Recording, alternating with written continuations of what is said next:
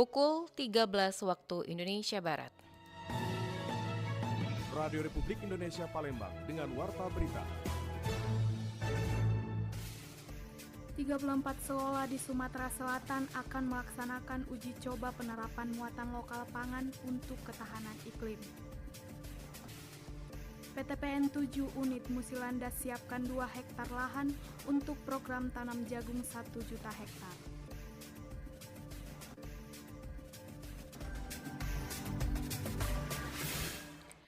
Itulah diantara informasi yang kami hadirkan siang hari ini, Kamis 23 Januari 2025, yang berhasil dihimpun tim redaksi RRI Palembang. Bersama saya Dela Wawi, inilah Warta Berita selengkapnya.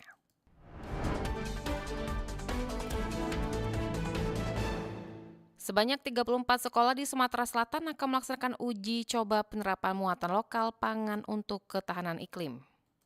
Pemerintah Provinsi Sumatera Selatan akan melakukan uji coba kurikulum muatan lokal, pangan lokal untuk ketahanan iklim di 34 sekolah.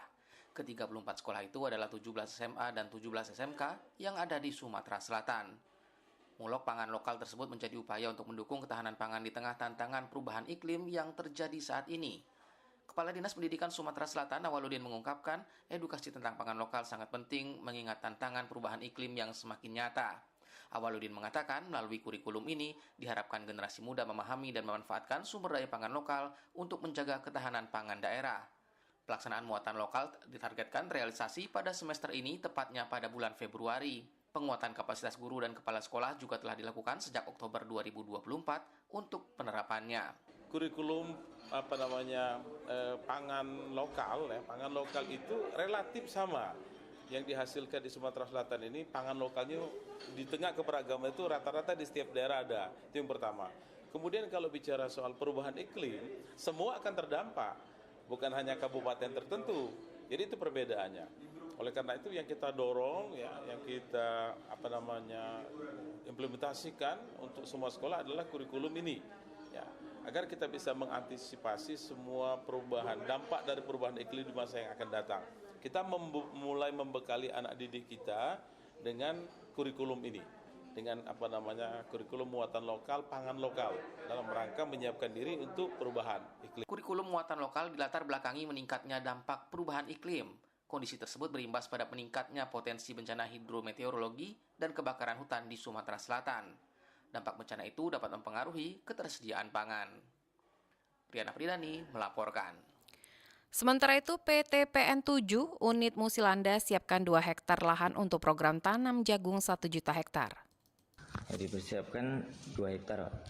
Polres Banyuasin secara resmi telah meluncurkan program tanam jagung 1 juta hektar sebagai bagian dari upaya memperkuat ketahanan pangan nasional. Program ini melibatkan 18 perusahaan di Kabupaten Banyuasin, salah satunya adalah PTPN 7 yang berpartisipasi dengan menyiapkan 2 hektar lahan di wilayah PTPN 7 unit Musilandas. Menurut Humas PTPN 7 unit Musilandas, Hendri Irwanto, proses pengerjaan program ini telah dimulai dengan pembibitan dan pengolahan lahan yang melibatkan perusahaan, Polres dan gabungan kelompok tani atau Gapoktan. Hendri menegaskan bahwa hasil panen dari program ini akan dikelola oleh Gapoktan yang bertanggung jawab atas modal dan pengelolaan jagung. Sementara itu, rencana perluasan lahan untuk program ini masih bergantung pada keputusan Polres Banyuasin dan kantor pusat PTPN 7. Ini sudah dimulai.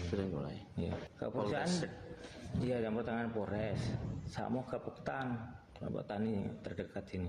Gapoktan. Ada berapa Gapoktan yang kita cuma satu kalau cuma 2 hektar. Komunikasi ada. Ya benih kemarin cuma untuk tanam perdana aja dikasih 7 galon. Lainnya kita beli sendiri dari kelompok tani itu.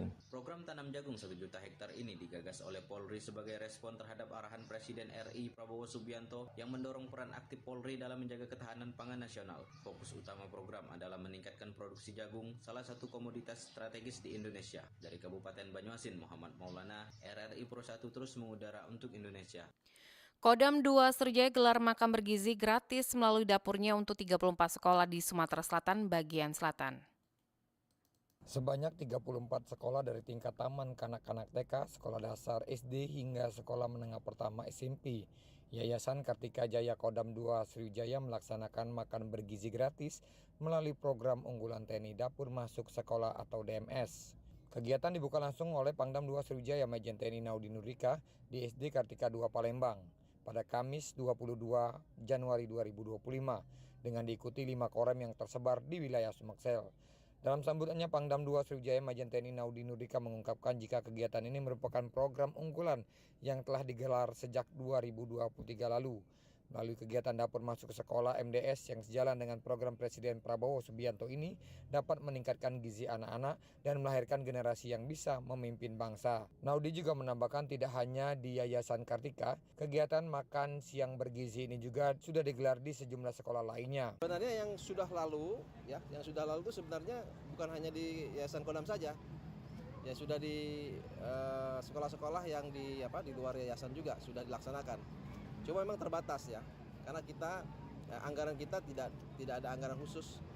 Kita mengajak teman-teman dari CSR dan sebagainya sehingga bisa melaksanakan kegiatan ini. Namun kita sudah melaksanakan ini setahun yang lalu lah ya. Gitu. Kalau dia lihat dari menunya itu melebihi dari MBG yang ada, Panglima. Ya karena memang ya betul. Memang karena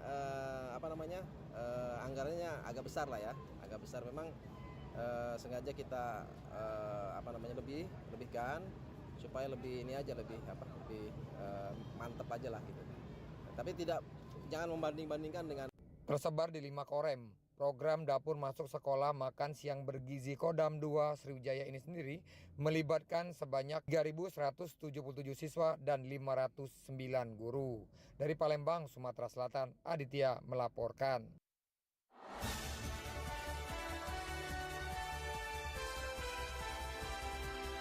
Warta Berita Radio Republik Indonesia Palembang.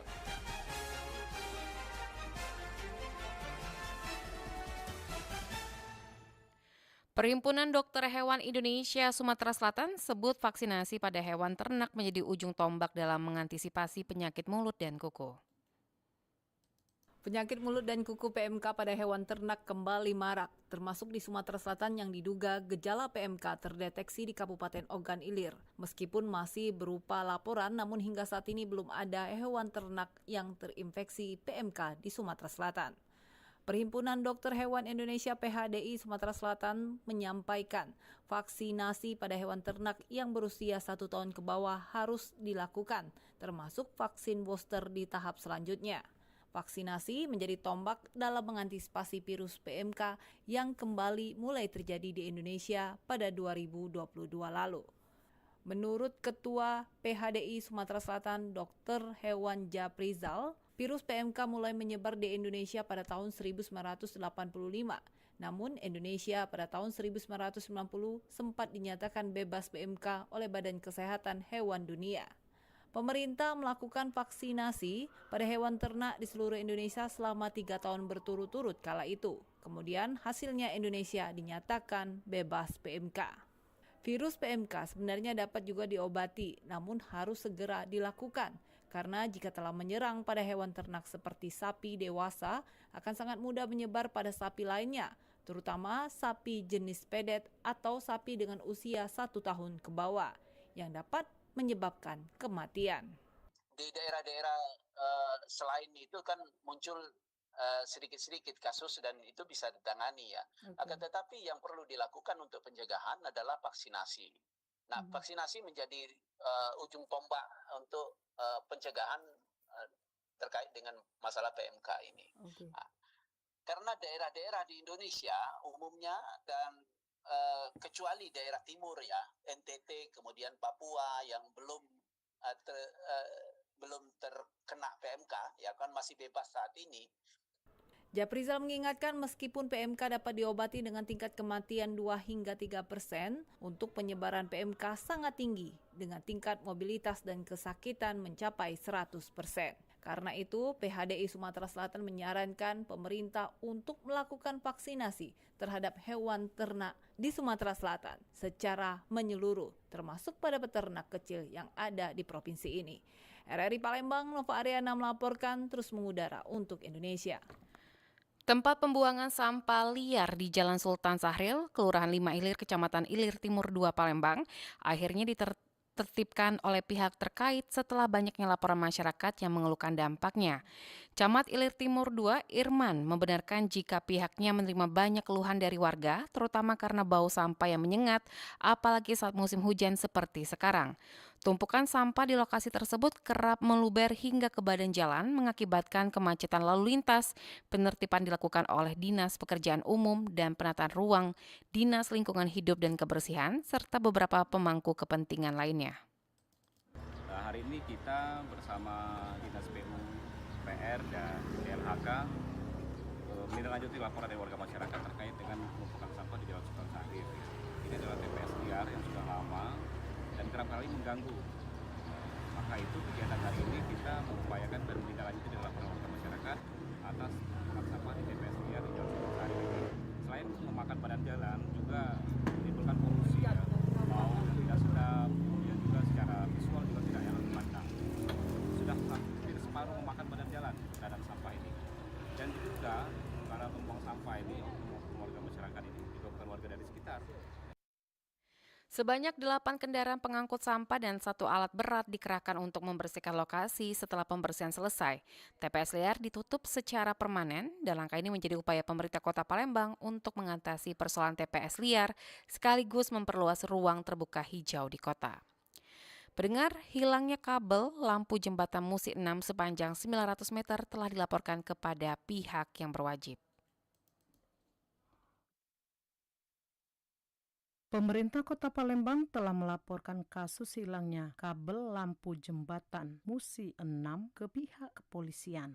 Langkah ini diambil agar kasus pencurian kabel sepanjang 900 meter tersebut segera ditindaklanjuti. Pejabat Wali Kota Palembang CK Virgowansa menjelaskan, laporan resmi telah diajukan untuk mempercepat proses penyelidikan. Pihaknya berharap pihak kepolisian bisa segera mengungkap kasus tersebut dan menemukan pelakunya.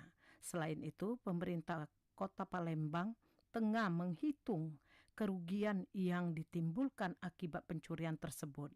Dan pihaknya juga sedang berkoordinasi dengan pejabat penilai untuk mengetahui nilai kerugian secara pasti. Kita masih cek ya, masih investigasi, nanti kita kabarin. Kita harus cek dulu ke penilai ya, ke pejabat penilai, kan ada pejabat penilai. Infonya sudah beberapa waktu, jadi ya kita tunggu saja lah kalinya. Menurut CK juga mengungkap kekhawatirannya terkait dampak hilangnya kabel lampu tersebut terhadap penerangan dan keamanan di jembatan Musi 6. Penerangan yang tidak optimal tentu dapat mengganggu kenyamanan dan keselamatan warga saat melintas. Pemerintah Kota Palembang menegaskan komitmennya untuk segera memperbaiki fasilitas yang terdampak dan meningkatnya pengawasan di areal strategis agar kejadian serupa tidak terulang. Lamsihar Silitonga melaporkan.